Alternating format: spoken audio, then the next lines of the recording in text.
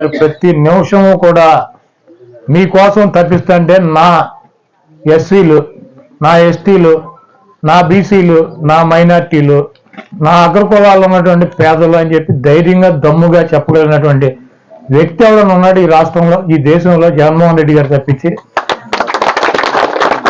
ఒక్కడిగా గెలవలేక నన్ను చూసి జగన్మోహన్ రెడ్డి భయపడుతున్నాడు అంటాడు.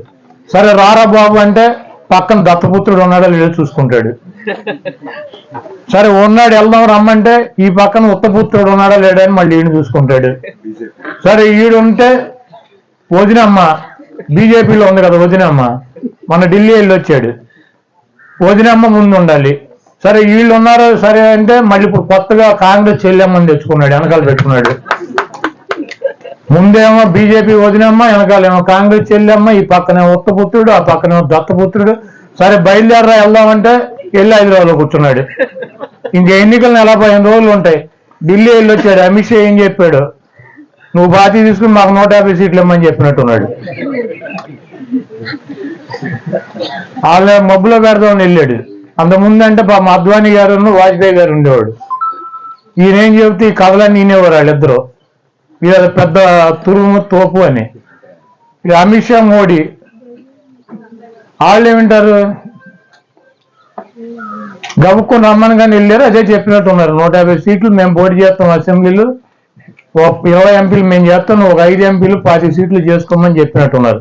అసలు పిల్లలకు కాదంటే ఒక ప్రాబ్లం, అవునంటే ఒక ప్రాబ్లం.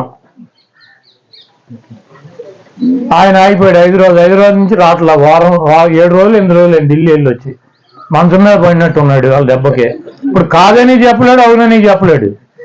ముందుకు పోయి వెనక నువ్వు కాదని చెప్పి ముందుకు వెళ్తే భయంకరమైన దాడి ఉంటుంది, అవునని చెప్తే ఇది తోక పార్టీ అవుతుంది, 40 సీట్లు తీసుకోవాలి. ఇప్పుడు ఏం చేయాలి? ఆయనేమో పవన్ కళ్యాణ్ గారు నిన్న ఎక్కడో భీమవరం అక్కడెక్కడ తిరుగుతాడు అన్నారు.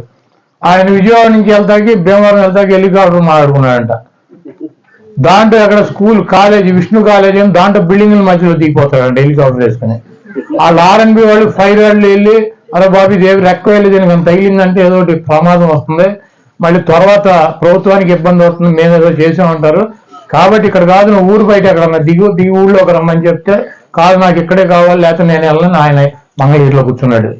ఎందుకంటే మీడియా వాళ్ళు అడుగుతారు కదా, ఈయన జనంలోకి వెళ్తే అడుగుతారు మనం ఎన్ని సీట్లు పోటీ చేస్తున్నాం, మనం ఏ సీట్లు పోటీ చేస్తున్నాం, కార్యకర్తలు నాయకులు అడుగుతారు.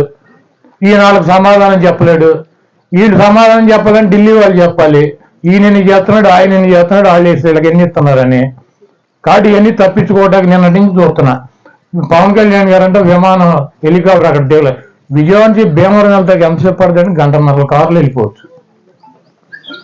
ఆయన మంగళగిరి నుంచి భీమవరం 1.5 కార్లు వెళ్ళిపోవచ్చు. హెలికాప్టర్ ల్యాండ్ అవ్వదికి ఏంటా?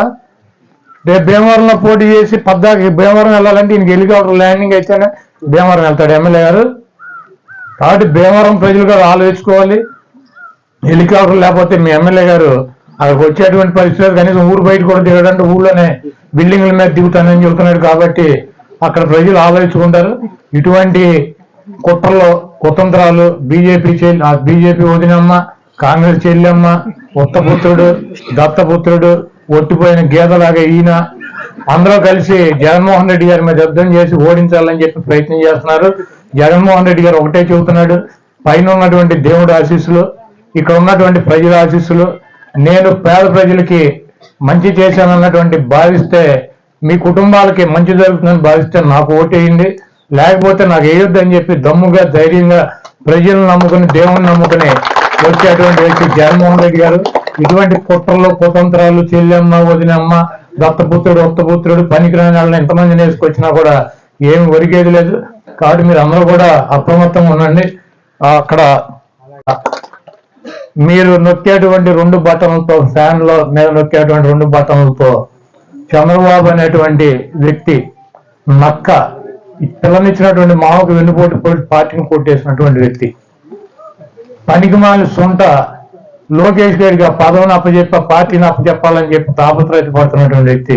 మీరు కనుక 2 బటన్లో 2024 ఎన్నికలు నొక్కినట్లయితే ఈ చంద్రబాబు అనేటువంటి వ్యక్తి ఆ బ్యాలెట్ బాక్స్ లోనే సమాధి అయిపోయి ఇంకా మనకి శాశ్వతంగా ఈ రాష్ట్రానికి పట్టినటువంటి పీడ ఉండదు. 2029కి ఈ గుంట నక్క ఉన్నదో ఉన్నా కూడా వచ్చి మన ముందు సొల్లు కబుర్లు చెప్పేటువంటి పరిస్థితులు ఆల్రెడీ అల్జిమర్స్ వచ్చింది. 5 సంవత్సరాల్లో గతం పూర్తిగా మర్చిపోయి మనం వెళ్ళి పలకెత్తే నేను ఎవరిని మీరు ఎవరిని అడిగేటువంటి పరిస్థితుల్లో ఉంటాడు. కాబట్టి ఇటువంటి గుంట నక్కని, ఇటువంటి తోడేళ్ళని, ఇటువంటి బీజేపీ వదినమ్మని, కాంగ్రెస్ చెల్లెమ్మని, ఉత్తపుత్రుని, దత్తపుత్రుని అందరినీ కలిసి కట్టగట్టి బంగాళాఖాతంలో పారేయాలని చెప్పి కోరుకుంటూ సెలవు తీసుకుంటాం.